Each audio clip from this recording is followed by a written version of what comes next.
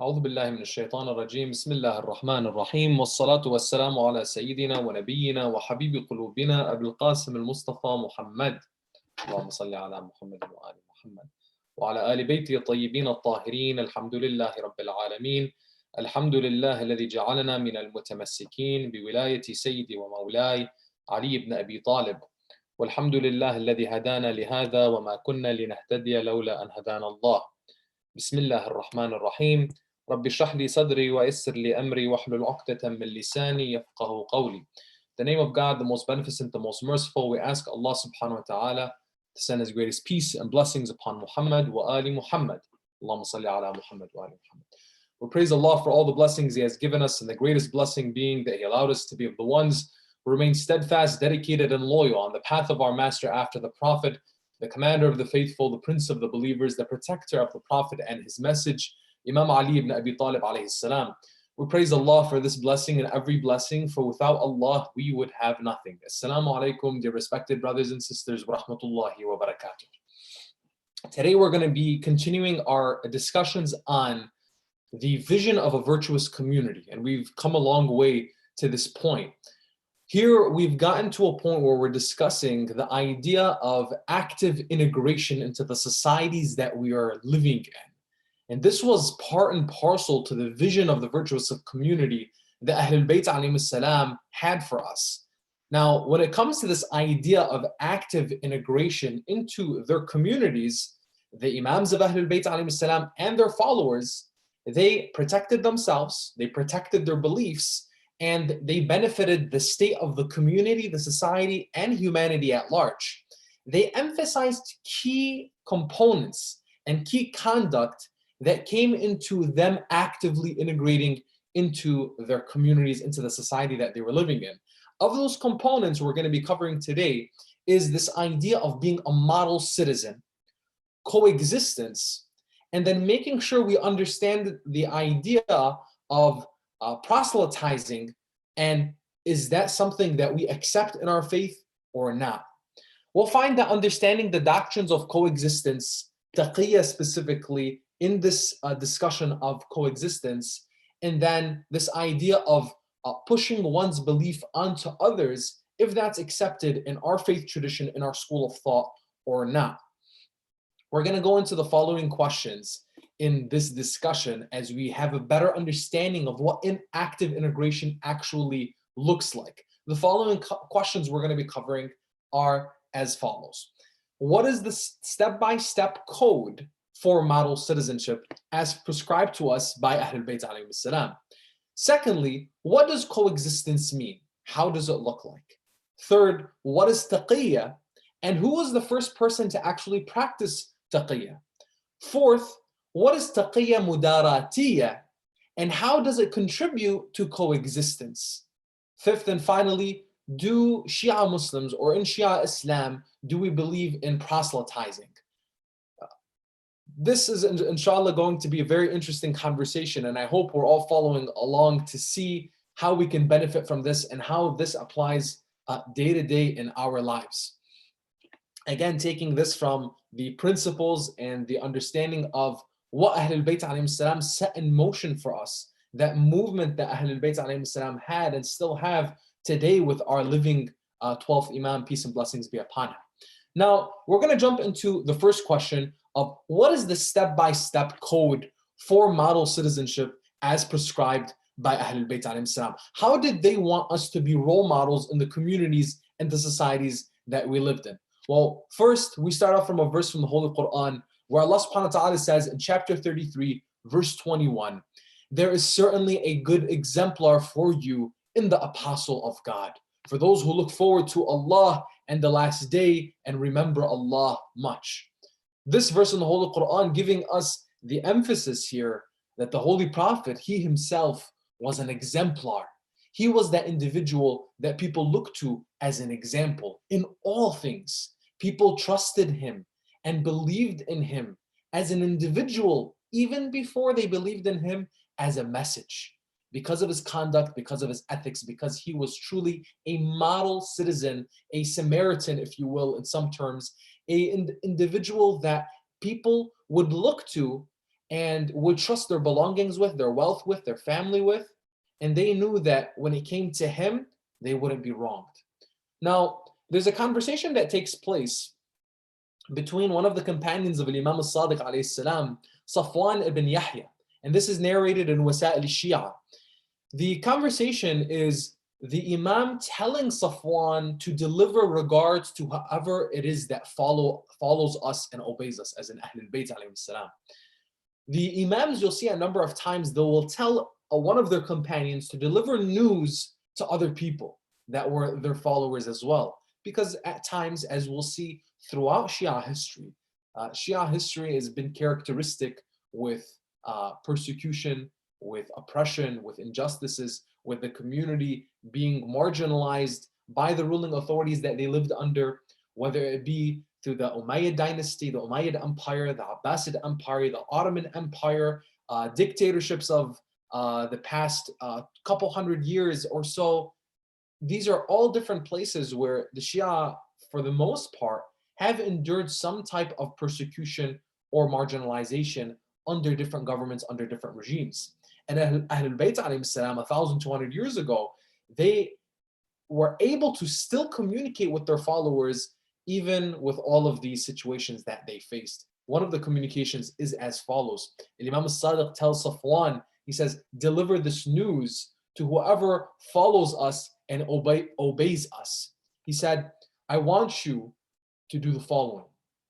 I advise you to practice piety before God Almighty. I want you to fear God in your religion and strive in the way of God. Third, be truthful in your words.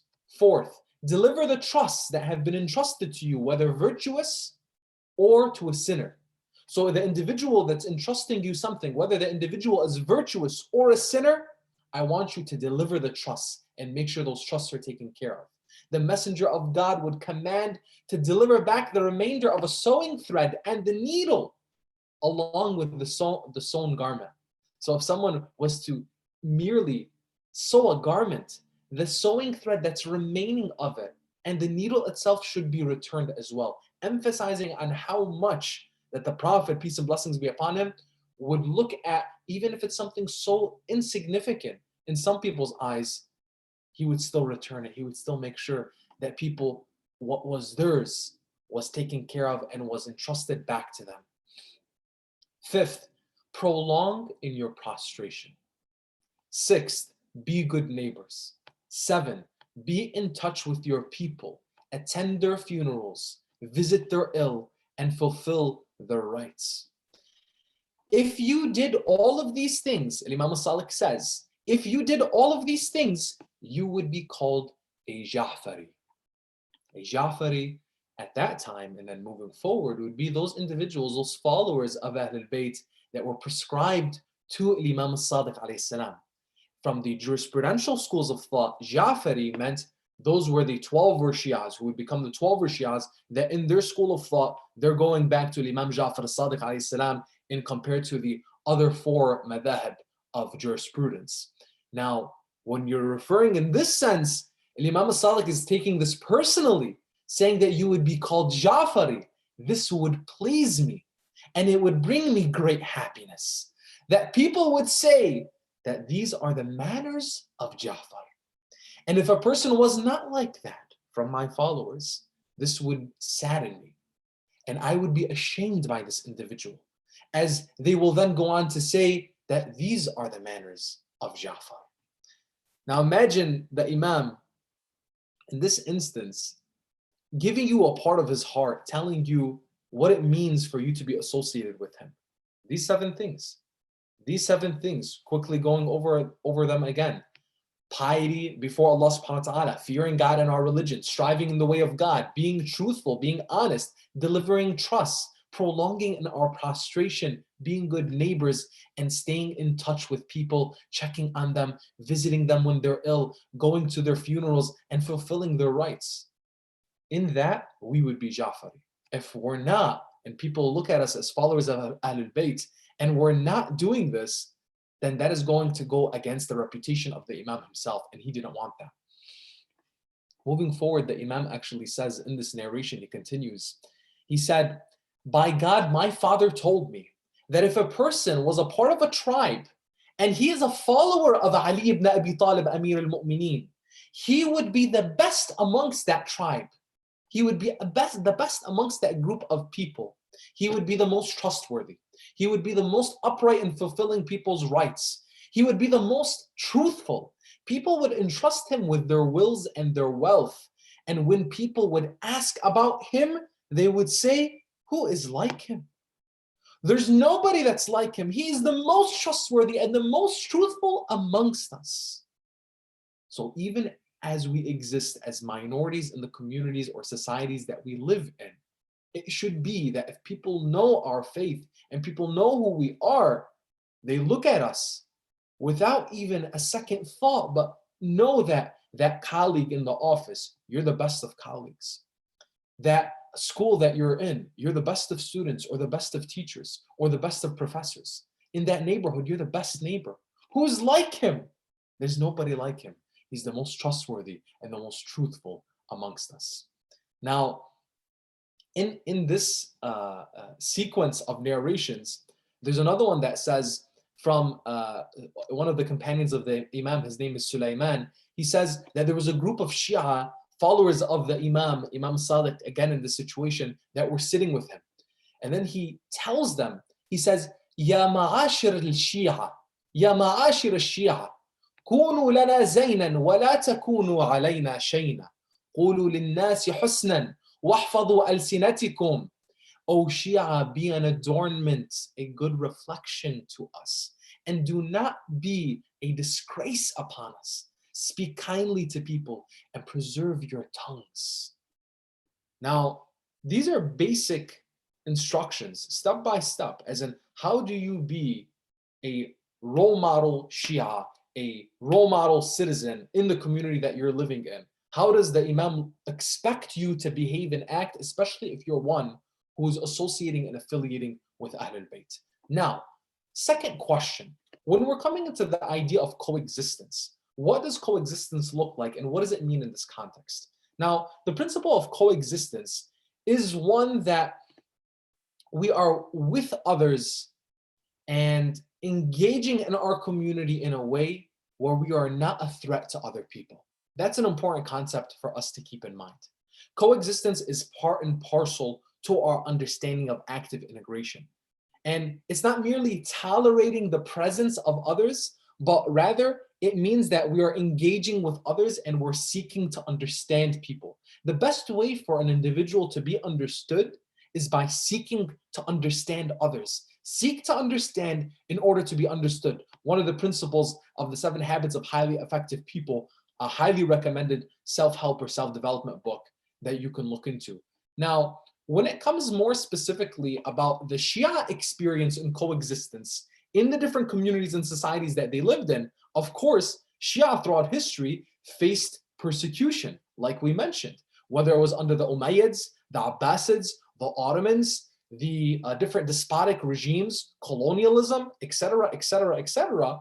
There are different experiences that the Shia had, and maybe they wanted to coexist, but the other people didn't necessarily want to coexist. So in those situations, how do we act? How do we behave? Well, we find that in those situations, it's important for us to look into our history and read a little bit more about those experiences. One book that I highly recommend for you to look into is the book called The Shia by Sayyid Riyad al-Hakim. It's a nice overview, a basic book that gives you a solid understanding of the history of the Shia, the persecutions that they faced as a group in different places around the world. If you look up this book, The Shia by Sayyid Riyad al-Hakim, it will give you a better understanding to see the different political motivations that the different regimes had in persecuting Shia and the atrocities that took place and what happened across history. There wasn't just a specific period of time in which the Shia community as a minority was being oppressed or the injustices that they had. Both during the time of the 11 Imams, from the start of Imam Ali ibn Abi Talib, Amir al-Mu'mineen, alayhi salam, all the way into post-occultation, or the post-era of the post period of time of after the minor occultation with Imam al-Mahdi, peace and blessings be upon him. These are important things for us to understand. Why? Because you and I, brothers and sisters, as followers of Ahlul Bayt, as spiritual, as people that are prescribing to the spiritual path, we also inherit a spiritual heritage. And that spiritual heritage had consequences of being ones who were part of the school of thought. Now, like we said, the persecution that the Shia faced came very early in history, immediately after the death of the Holy Prophet, peace and blessings be upon him, and then would rise monumentally through the rise of the Umayyads, and even with the Abbasids, even though the Abbasids came with a campaign of being avengers of Ahlul Bayt alayhim salam against the Umayyads and against the atrocities that they committed. Now, in all of this, in understanding how active integration can take place with the doctrine of coexistence being manifested both in a realistic and practical way, there's something that we need to understand, which is into the third question, the idea of taqiyya, right? With taqiyya being the understanding of this pious dissimulation, as is said in English. A good translation of it is pious dissimulation, which when we're looking at it, basically it comes to in situations where your life is being threatened or the life of others is being threatened, then you are to conceal your faith or parts of your faith in order to preserve your life, in order to preserve the lives of others. Remember that one of the basic, most fundamental objectives of Ahlul Bayt alayhim salam, as we've discussed previously, is preserving the faith and preserving the faithful. When we're saying preserving the faithful, that means preserving the lives of other human beings, especially when it comes to your own, your family, your community. Those lives, especially in situations where you can save them by mere concealment of your faith, that is being threatened at the whims of oppressors, of individuals that are persecuting minorities. In this situation, we're discussing Shia minorities. Then the only reasonable and logical option to follow is to conceal one's faith in order to preserve one's life or the lives of others. And this is not something that came as a practical reaction to make sure that Shia Muslims would not go extinct throughout history, but rather this came as a prophetic tradition, that the start of taqiyya, the practice of taqiyya, came in the early days of the Prophet Muhammad, peace and blessings be upon him. And one of the earliest cited examples of that came with one of the close companions of the Prophet, who was one of the earliest Muslims, and his name was Ammar ibn Yasir. Ammar ibn Yasir was considered to be one of the greatest companions of the Prophet, peace and blessings be upon him, and of Imam Ali alayhi salam and Ahlul Bayt. After accepting Islam, Ammar became a new target of the Meccans. And by Meccans, we're referring to the pagans of Mecca, the chieftains of Quraysh, those who were being threatened by this new society that the Prophet was building with people coming into Islam. They were threatened, so they would go and persecute Muslims. And Ammar was one of their new targets. So this gang of Meccans found Ammar one day, and they took him and they beat him to a pulp. They beat Ammar so bad and they tortured him so bad that he was covered in wounds. He was bruised black and blue all over his body. They wanted one thing from Ammar. They wanted him to recant his faith. They wanted him to say, I don't believe in God, I don't believe in Muhammad. So Ammar, in that situation, they beat him so bad until a point where he was truly going to die. And they really didn't care, because at the end of the day, it would be one less Muslim to them, one less person who believes in this new faith that's threatening our entire way of society.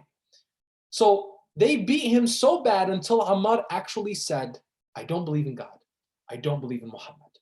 And they let Ammar go. The narration tells us that Ammar would run to the Prophet, run to the house of the Prophet, and he would come crying and telling him of the situation, that he was devastated, that he had to come to a point where he would say that I don't believe in God and I don't believe in Muhammad.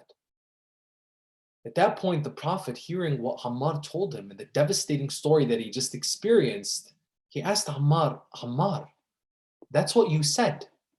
But what is in your heart, Ammar? You said that you did not believe. But what's in your heart? He told the Prophet that, yes, I did say that. But in my heart is full of belief. And I would never recant my faith. I would never go back to disbelief.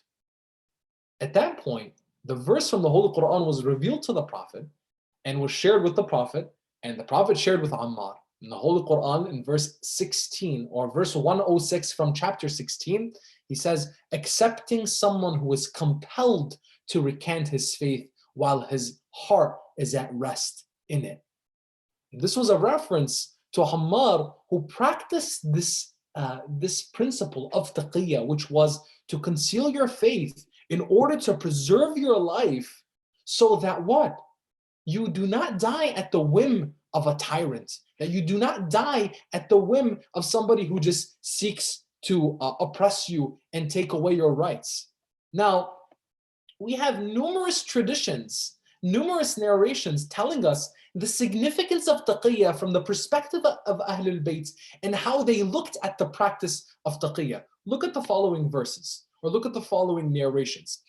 On numerous occasions, Imam al-Sadiq was found to speak about taqiyya. Of the things that he said about taqiyya, about pious dissimulation, concealing one's faith in order to protect and preserve and save one's life and the lives of other people, showing the sanctity of human life, emphasized by the Holy Prophet Muhammad saying that the sanctity of the believer is greater than the sanctity of the Kaaba itself. In preservation of this principle and implementing this in our lives, the Imams emphasize taqiyya, sanctioned by the Holy Prophet, peace and blessings be upon him, with his companions and the early Muslims. At-taqiyyatu dini wa dinu abai. Taqiyya is my religion and the religion of my forefathers. اتقوا على دينكم واحجبوه بالتقية فإنه لا إيمان لمن لا تقية له. Safeguard your religion and protect it with taqiyya. Surely there is no faith for a person who does not have taqiyya. There is no faith for one who does not have taqiyya. And another one, ما عبد الله بشيء أفضل من التقية. God has not been worshipped with anything better than taqiyya. Now, again, there may be some misconceptions regarding taqiyya, which is that followers of Ahlul Bayt alayhi salam lie about their beliefs, lie to get certain things in the situations that they're in, that it's basically a blank check for them to be able to deceive people, to lie, to cheat, etc., etc. And that is the farthest from the truth. Taqiyya is used, again, from the times of the Holy Prophet with the Muslims in a situation where someone is persecuting you, wanting to kill you, take your life, wanting to harm you, your family, or any of these extreme situations. At-taqiyya, in this sense of concealing our faith, that's used to preserve life. Why? The sanctity of life in Islam is at the highest level. Sanctity of life in Islam is like no other. The Prophet, like we just said, says that the sanctity of the life of a believer is greater than the Kaaba itself. In the Holy Quran, Allah subhanahu wa ta'ala says, the one who's killed a soul, has killed one human being, is as if he has killed all of humanity. And the one who saves one soul, one human being, is as if he has saved all of humanity. Look at the beauty in that. Are we, in our positions, going to be ones who are going to disagree with the preservation and the sanctity of life? Absolutely not. And that's why the Imams emphasize that man la taqiyata lah, la dina lah. Whoever does not have taqiyya and does not accept this as a practice in their life and a doctrine of their belief, then they truly don't have religion. Look at this next story when it comes to Imam Zayn al-Abidin alayhi salam, showing the practice of taqiyya by the Imam himself. Now remember, with Imam Zayn al-Abidin, this was the Imam that survived the tragedy of Karbala. This was the man who watched his father, his uncles, his brothers, his cousins, and his companions slaughtered and killed, massacred before him. This is the man who watched the women and children of Karbala be whipped, beaten, and tortured physically, emotionally, psychologically, on all levels. Imam Zayn al-Abidin alayhi salam is back in Medina. When there were revolts taking place, as historians would recount, the revolts that would take place across Hijaz, especially in Medina, the Umayyads wanted to quell all of the revolts that were taking place against the Umayyads, against Yazid. Because after Ashura, after the tragedy of Karbala, some people went into an upheaval and revolts were taking place. Of course, there were different motivations at the time. There were individuals that were seeking vengeance for Imam Hussein, and then there were certain individuals that were also taking advantage of the situation and wanting to challenge the Umayyads, because the Umayyads at that time, they weren't necessarily in the most stable political helm with Yazid at top. So with the revolts that were taking place, the Umayyad commander Muslim ibn Uqba is instructed to go and quell the revolts and take allegiance from the people of Medina. So when Muslim ibn Uqba came in, he had a policy. His policy was, we're not just going to take allegiance from people, we're going to humiliate people. He wanted to make sure that when people gave their allegiance, that they gave allegiance saying, we are not only ones who follow Yazid and take him as our commander of the faithful or our prince or our leader, our khalifa, but rather he would only take concessions in people saying that we are slaves and chattel or property of Yazid. Whoever did not concede to that was simply beheaded. Now, in Medina, this is where Imam Zayn al-Abidin alayhi salam lives. This is the home of Ahlul Bayt, the home of the Prophet's family. In the tumultuous scene that was taking place, these soldiers at the command of Muslim ibn Uqba, this Umayyad commander, they are taking people by the sword and forcing them to give allegiance to Yazid. Imam Zayn al-Abidin sees this and he goes to Muslim ibn Uqba. And just imagine the scene as our Imam, the son of Imam al-Hussein, again, the one who just witnessed the tragedy of Karbala. He goes to Muslim ibn Uqba and he tells him, how would Yazid like for me to give my oath of allegiance? Muslim ibn Uqba, shocked, he responds in reverence of the Imam. He says, to give allegiance as a brother and as a cousin is all. The Imam responds and he says, yet if you wished, I would pledge allegiance as a slave and as chattel. Muslim ibn Uqba humbly responds, he said, I would not burden you with this, O Ali. Now, why did Imam Zayn al-Abidin respond to the situation and actually initiate for himself to give allegiance to Muslim ibn Uqba or to Yazid through Muslim ibn Uqba and say, you guys are taking allegiance by one saying that he is slave and chattel of Yazid? Sure, I'll give allegiance that way. Why? The Imam was showing that this allegiance is invalid, void, null and void to begin with, because allegiance is a contract. And unless there's mutual assent on both sides that is not being coerced, it's null and void as a legal principle. And the Imam is doing what here? Is showing that they're trying to coerce this, they're trying to take your life. Again, most of the situations of taqiyya is this aspect of coercion or fear of harm on one's life and one's safety, and one's family's life and safety. In this situation, the Imam was seeing this entire community being coerced into allegiance. He would show them by their conduct. He would tell basically people, and they were watching, observing, this is Ali ibn Hussein. He would basically tell them, listen, we're not going to die at the whims of tyrants. What happened in Karbala was unique. This was Al-Hussein saving the religion as the last resort in his conduct and what he did. The movement of Ahlul Bayt alayhim salam is one that needs to be understood across history.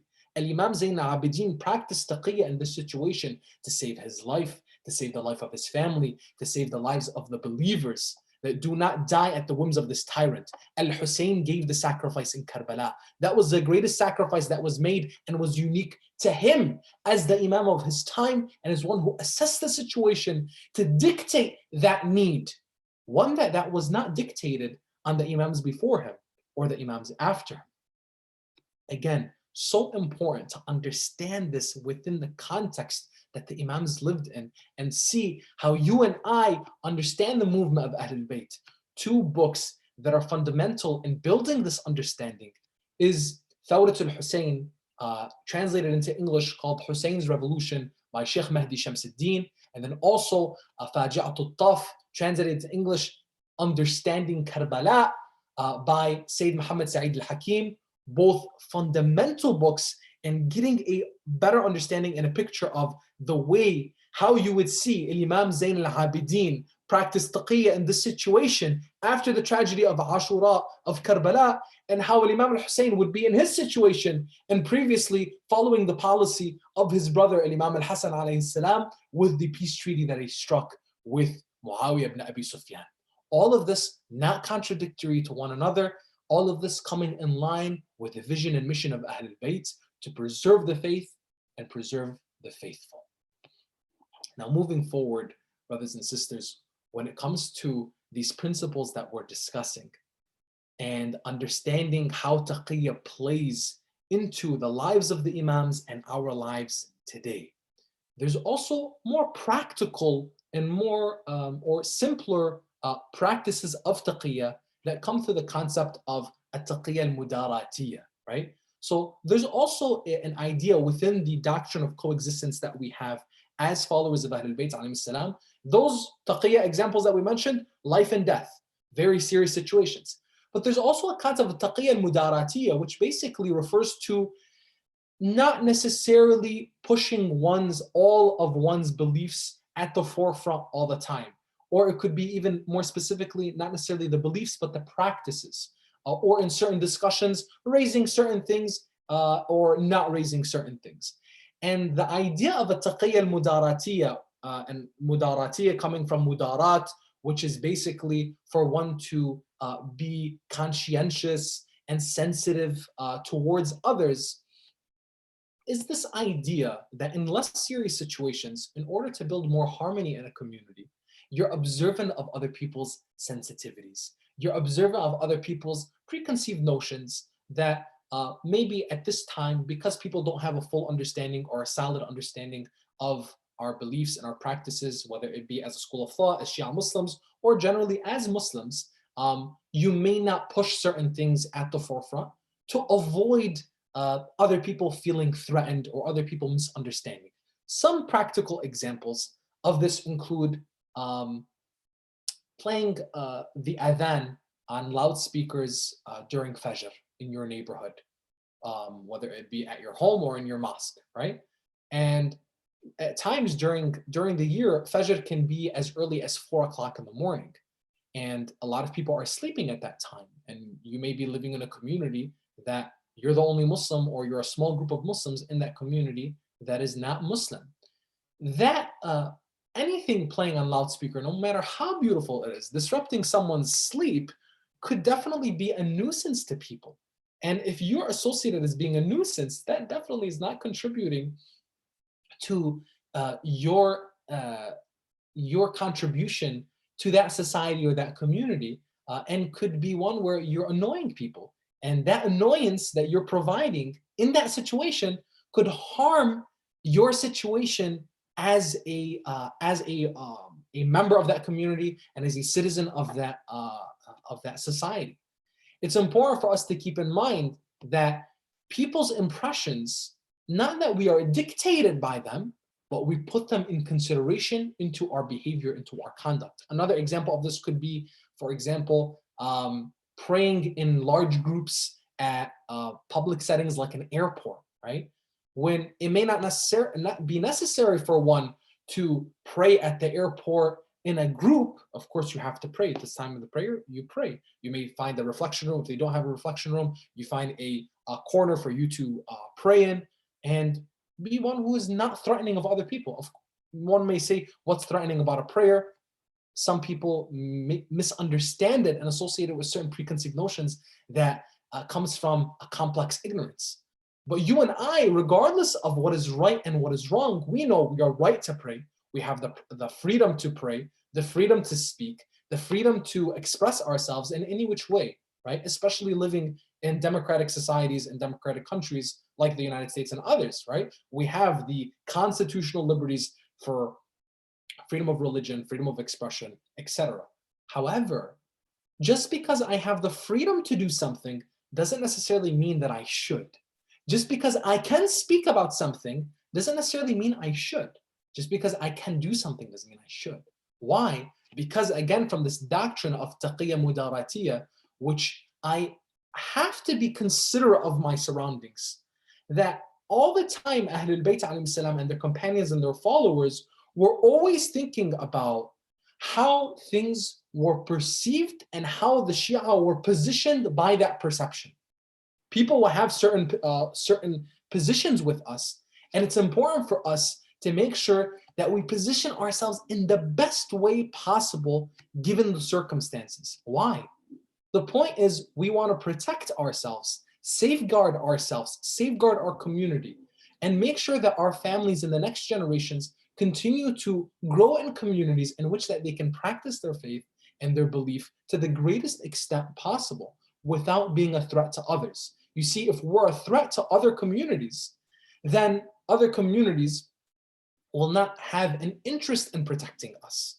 If we as a minority in whatever society we're living in do not take an interest in protecting and safeguarding others, then people won't take an interest in safeguarding and protecting us. If we're not considerate of others, people won't be considerate of us. And we see this, by the way, practically playing out in alliances that are built across the world in different faith communities, that when a Muslim looks for the interests of his Christian neighbor and make sure that a church who they didn't have a space to pray in, they would provide them the means or the ability to do so, regardless of the situation, regardless of the difference in beliefs. But they, at the end of the day, looked at it as, this is my neighbor, and I want to make sure that just like I want a place to pray in, I want a place to pray in, I want to make sure that they have a place to pray in. That's very strategic, both from a human level of you taking care of your own heart and the hearts of others, but at the same time, you making sure that as a community, you're helping others so that you may be helped in your time of need as well. We'll go into the final question being, in Shia Islam, and Islam generally, but more specifically from the perspective of the school of thought of Ahlul Bayt alayhim salam, do we believe in proselytizing people? Do we believe in this idea of actively going out and converting people to our faith or our school of thought? Now, what did Ahlul Bayt alayhim salam give us in this? Did they do this? Did they instruct their followers to do this? What's the prescription of the followers of Ahlul Bayt alayhim salam for them to follow in this situation of, I want to go out and I want to convert people. I want people to become Shia. I want people to become Muslim. I want people. Is that something that's part of our faith tradition? Here's a conversation between Abu Basir, one of the companions of Imam al-Baqir alayhi salam, on the subject with the Imam. He asked the Imam, he said, should I go out and preach to the people that I know? He's not saying to people that are, he's not going door to door to people that he doesn't know. He says, should I go out and to preach to people that I don't know? Or often, the people that I do know. The Imam replied in the negative. He said, no, don't. He said, what if someone sought my guidance? Should I then in that situation? Then the Imam replied and he said, whoever seeks your guidance, guide him. And if he seeks more, give him more. But if he turns away, then turn away. In another situation, Imam al-Baqir's son, Imam al-Sadiq, was asked by Thabit bin Sa'id. In this situation, the Imam also tells him about this idea of speaking to people and proselytizing. He says, O Thabit, what do you have with the people? Leave the people alone. Do not call anyone onto your faith, as in, do not try to convert people to your faith. By God, if the denizens of the heavens and the denizens of the earth all rally to misguide a servant who God wishes to guide, they would not be able to misguide him. Guidance is with Allah subhanahu wa ta'ala. Trying to force someone into a belief of yours is not going to happen. And Ahlul Bayt alayhim salam did not prescribe this. Then we finally come to this hadith where we bring it all together, as we've mentioned so many times before, but seeing it now full picture. Imam as-Sadiq alayhi salam says, كونوا دعاة لنا بغير ألسنتكم. Be callers towards the faith without using your tongues. Let people see in you the fear of God, commitment, prayer, and virtue, as that is the method of calling to our faith. We end with this, brothers and sisters, having answered the questions of today, having answered all of these subjects, and making sure that we have a better understanding of this active integration into the communities and societies that we're living in, understanding the importance of model citizenship, coexistence, taqiyya, and the prohibition essentially of proselytization. We've answered what was the step-by-step code for model citizenship provided by the Imam. What does coexistence mean? What is taqiyya and who was the first to practice it? What is taqiyya mudaratiyya and how does this contribute to coexistence? And finally, the belief and understanding that we do not go and proselytize people. We don't actively go and try to convert people, but instead we are as we are. And if people want to come to faith and to guidance, that is by their choice and by the guidance of Allah subhanahu wa ta'ala. هذا والحمد لله رب العالمين وأفضل الصلاة والتسليم على نبينا محمد وعلى آل بيته الطيبين الطاهرين.